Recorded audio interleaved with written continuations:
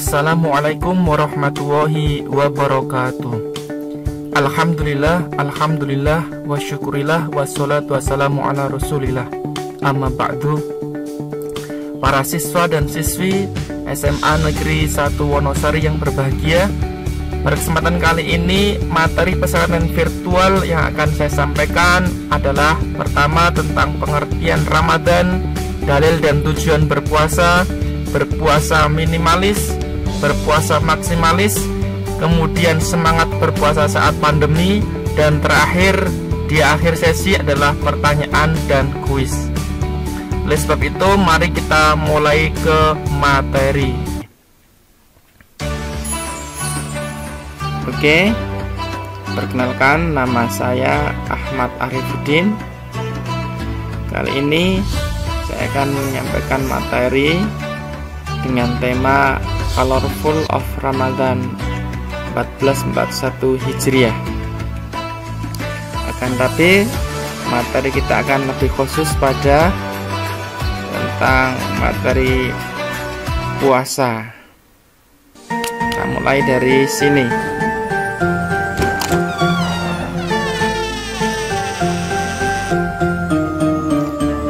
Kita masuk pada bulan Ramadan yang luar biasa, Ramadan Karim, Ramadan Mabruk, penuh barokah. Mari kita awali kesempatan yang telah Allah berikan kepada kita bertemu di bulan Ramadan ini dengan sebaik-baiknya di rumah saja. Oke, anak-anak sekalian atau siswa-siswi sekalian, pada kesempatan kali ini saya ingin mulai dari membahas tentang makna Ramadan, makna bulan Ramadan. Ramadan itu apa toh? Ramadan itu secara maknawi artinya adalah pembakaran.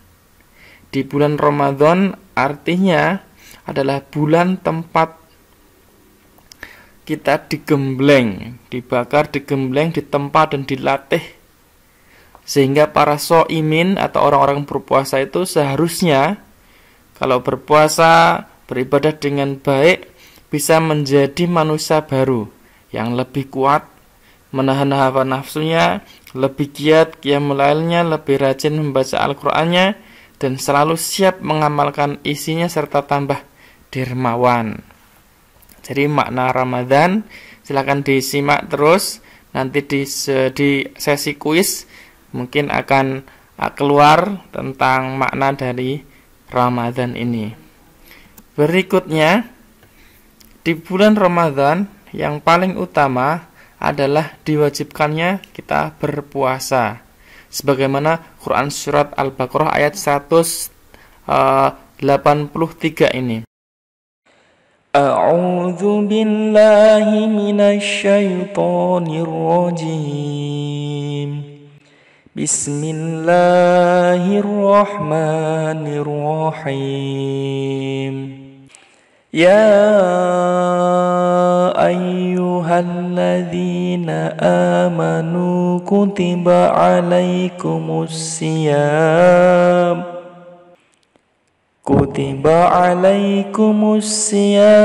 kama kutiba alal ladzina min qablikum la'allakum tattaqun.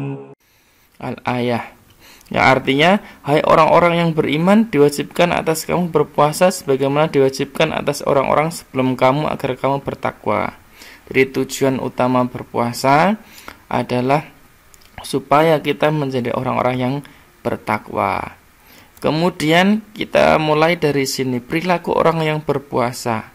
Nah, perilaku orang yang berpuasa itu biasanya terbagi menjadi dua secara garis besar. Perilakunya pertama, mereka berpuasa secara minimalis. Dan yang kedua, harapannya berpuasanya mereka secara maksimalis. Nah, apa artinya ini? Artinya, untuk yang pertama, puasa minimalis itu secara dihindari.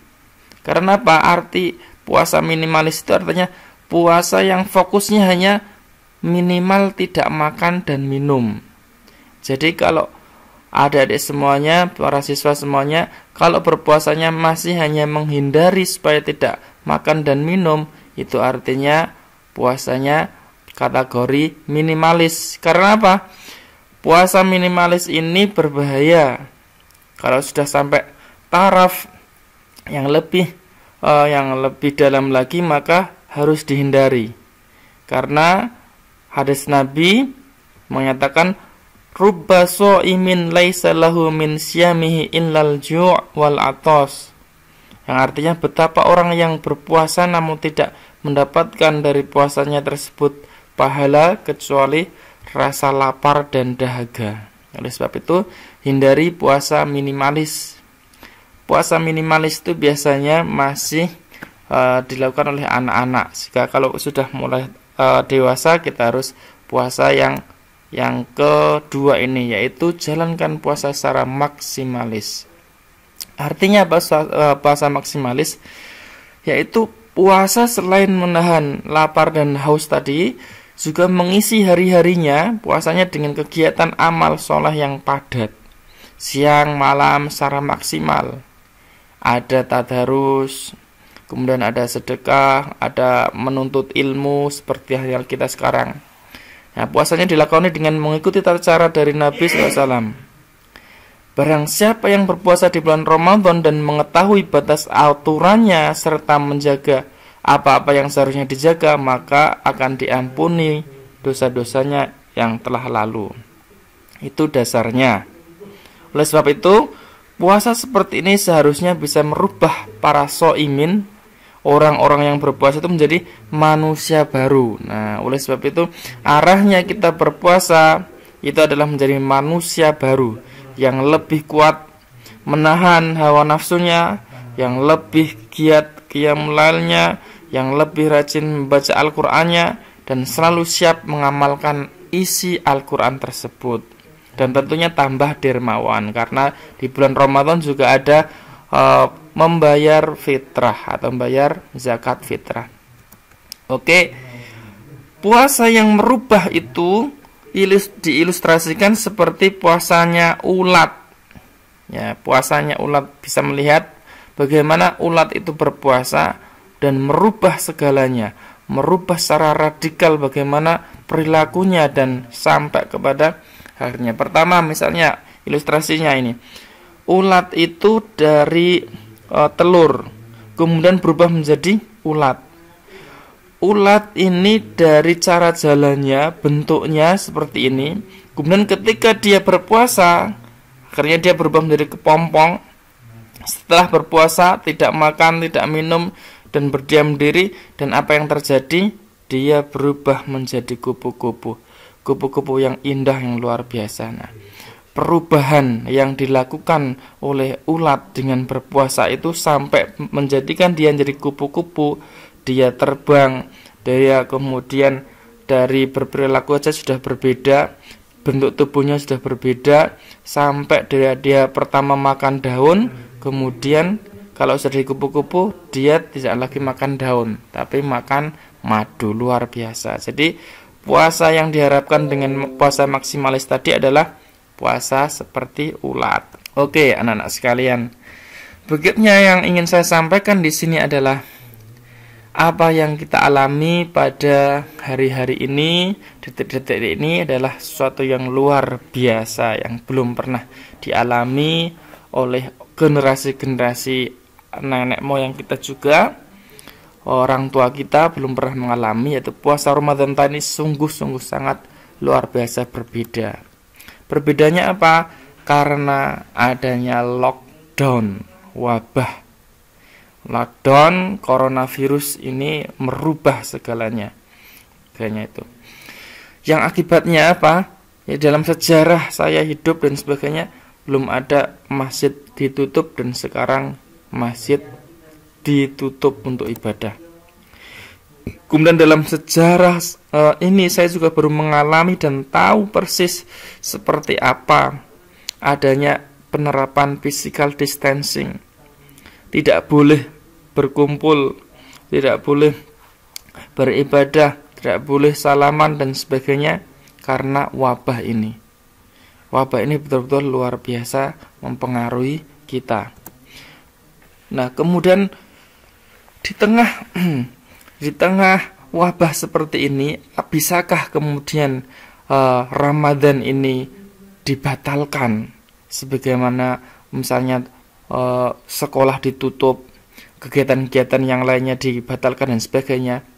Nah, mari kita simak video berikut ini yang memberi pencerahan bahwasanya meskipun Ramadan di tengah COVID-19, wabah COVID-19, akan tapi tetap bisa jalan. Kita harus punya semangat terus. Mari kita lihat video berikutnya dari sumbernya Nas Daily Bahasa Indonesia. Sangat menginspirasi. Ramadan Kareem! Ramadan Kareem! Guys, I never thought I would ever see this, but the mosque you see behind me is closed. No Ini one adalah can masjid enter, yang ada di no one Singapura. can pray inside. Namanya Masjid This is Sultan. the first time in my life that I see a mosque closed. Because right now, in many countries, religious gatherings have come to a stop because of COVID-19. So what's gonna happen now? Is Ramadan cancelled? Well, turns out the answer is no. And for the first time ever, I want to show you how Ramadan continues even in the middle of a pandemic. The first thing people did was close down the mosque and ban all gatherings to put safety first. And then, 1, 2, 3, the mosque went online. Ramadan and this is Sha'ban even, the preparations are big. All the religious messages that are usually shared in a mosque are shared with Facebook Live. And from the comfort of everyone's home, Muslims around the world are tuning in. I never thought I would see this in my life, but the world is changing. And humans are changing too. For thousands. What we want to tell people is we need to bring the mosque close to our hearts. We need to bring the mosque to our homes because, well, the mosque may be closed, but the doors of goodness is always open. And millions Pesan of yang Muslims sahabat out saya there ambil dari video ini adalah Ramadan pesan bahwasanya with their semangat immediate family untuk tetap menghidupkan from home. Ramadan meskipun di tengah pandemi seperti ini. Dengan cara apa? Dengan cara merubah kebiasaan biasanya di masjid, di rumah saja dan sebagainya itu. Itu luar biasa. Jadi pesan yang di foto ini, kita harus membawa masjid dekat dengan hati kita. Kita harus membawa masjid ke rumah kita. Karena apa? Karena masjid mungkin ditutup, tapi pintu kebaikan akan selalu terbuka. Luar biasa. Oke. Oleh sebab itu, panduan ibadah Ramadan di tengah corona seperti ini, tengah pandemi seperti ini, ada banyak referensi yang menjadi dasar, terutama ini sudah ada kajian-kajian dari orang-orang hebat di negeri ini lewat Kementerian Agama. Panduan ibadah Ramadan di tengah pandemi bisa dibaca banyak referensinya.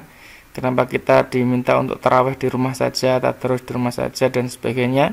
Itu karena memang ada dasar-dasarnya. Nah, tetap semangat ibadah di tengah wabah.